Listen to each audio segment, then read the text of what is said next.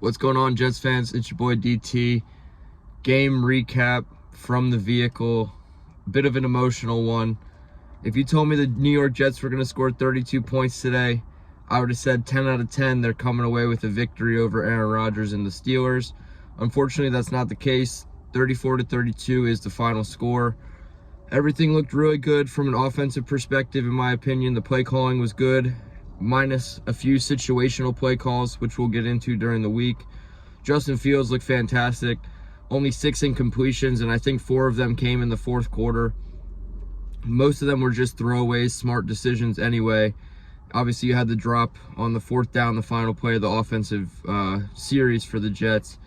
But Fields did really well. 1 passing touchdown, 2 rushing touchdowns, 3 total touchdowns, obviously. He ran the ball for about 40 or 50 yards. He had 200-plus yards through the air.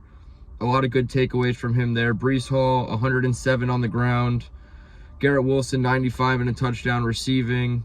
Braylon Allen found the end zone. Offensive line looked really good, imposing their will early on. Fields was very elusive in the backfield, able to escape a lot of sacks. He only managed 1 sack on the game. So good job up front. Good job by him eluding the pressure. Defensively, not the best game. Sauce Gardner played well in the secondary, but everybody else struggled. Michael Carter had a pretty bad missed tackle on DK that allowed a big play. He missed an interception as well on a slant route. Thought he could have had it. He made it a really impressive, athletic PBU, but I thought it could have been a pick. Brandon Stephens, whether it was the cleats he was wearing or just whatever he was doing on the field, he was not able to keep his footing. So very unfortunate for Stephens. He was on the receiving end of a lot of big Steelers plays today. I know people are calling for his job already, and AZ needs to step in, and maybe we see that sooner than we expect. But Brandon Stephens struggled, and the safety struggled as well. Tony Adams didn't do great. Andre Cisco, didn't. I'm almost saying Ashton Davis. Andre Cisco had a few bad plays as well that I'm sure they want back. So really, Sauce on DK was the only, highlight of the secondary. I thought the linebackers didn't do a ton of great work. Sherwood was getting beat by Freiermuth in man-to-man. So was Marcelino McCrary-Ball. Quincy, he did have a sack on Rodgers to end the drive, which was huge. Up front, they had 4 sacks total. McDonald with 2, Quincy with 1.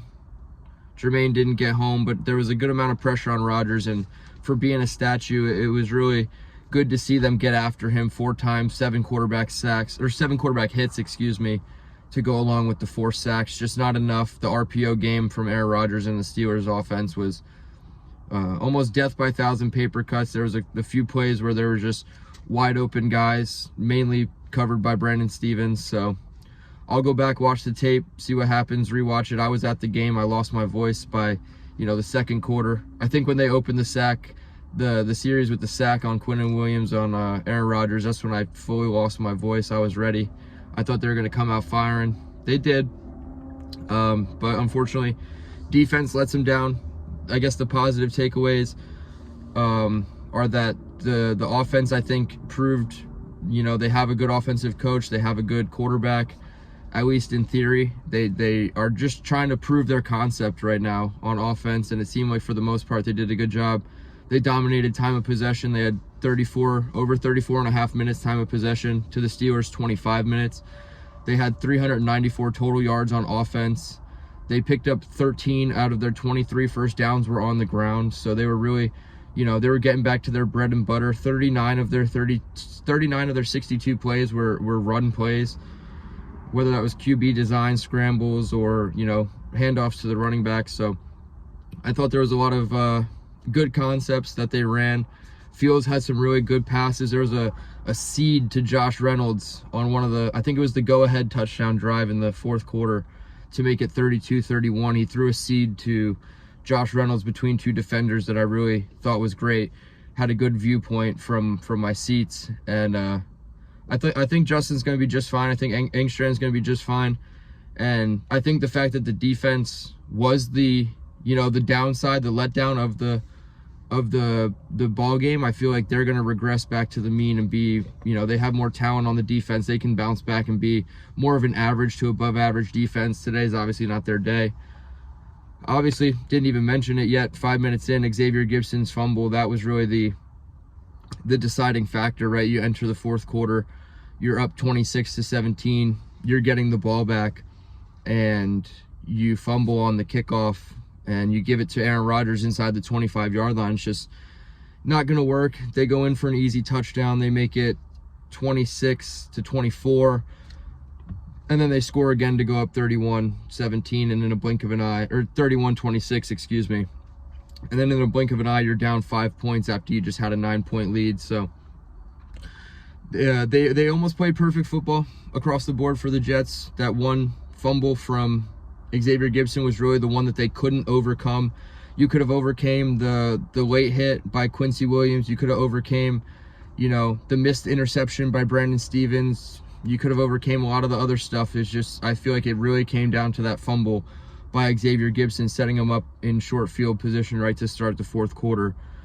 Because in hindsight, if you don't fumble and you have an offensive drive, even if it yields you 3 points, it's 32-17. That's a 15-point game in Jets' favor instead of a 5-point deficit a couple seconds later. So just really unfortunate fumble from Gibson, and Kene Nwangu was hurt, and we'll get an update on him, but that's the only reason he was out there. So to me, I'm actually coming out of this game very, very disappointed. Obviously, I want to win, and when you have the Steelers on the ropes and you're an underdog at home and half the stadium is gold and black, you really want to pull away when you have the chance to win the game.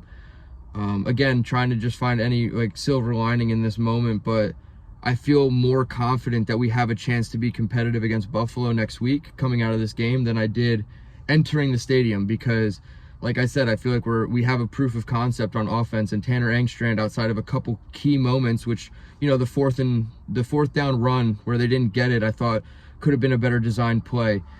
And maybe you don't go for two-point conversion after the penalty sets you up at the 1. I agreed with the play call, or the decision to go for it. I probably would have just scrambled Justin Fields up the middle on a QB sneak or a tush push when you're at the 1-yard line. So I guess if my concern would be, I want to see a little bit more tush push from the offense, but there's a lot to take away, both positive and negative. We'll break it all down this week.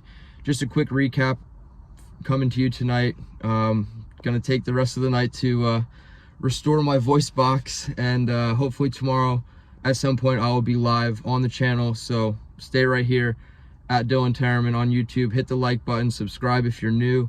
I appreciate it. 0-1. It's never a good feeling when you're starting the season out in the loss column. But as the week goes, we'll break down some of the positives, some of the negatives, where they can change and bounce back for Buffalo. So keep it right here. I appreciate everybody tuning in. Just over 900 subscribers now. Let's make that push to 1,000. I appreciate everybody tuning in.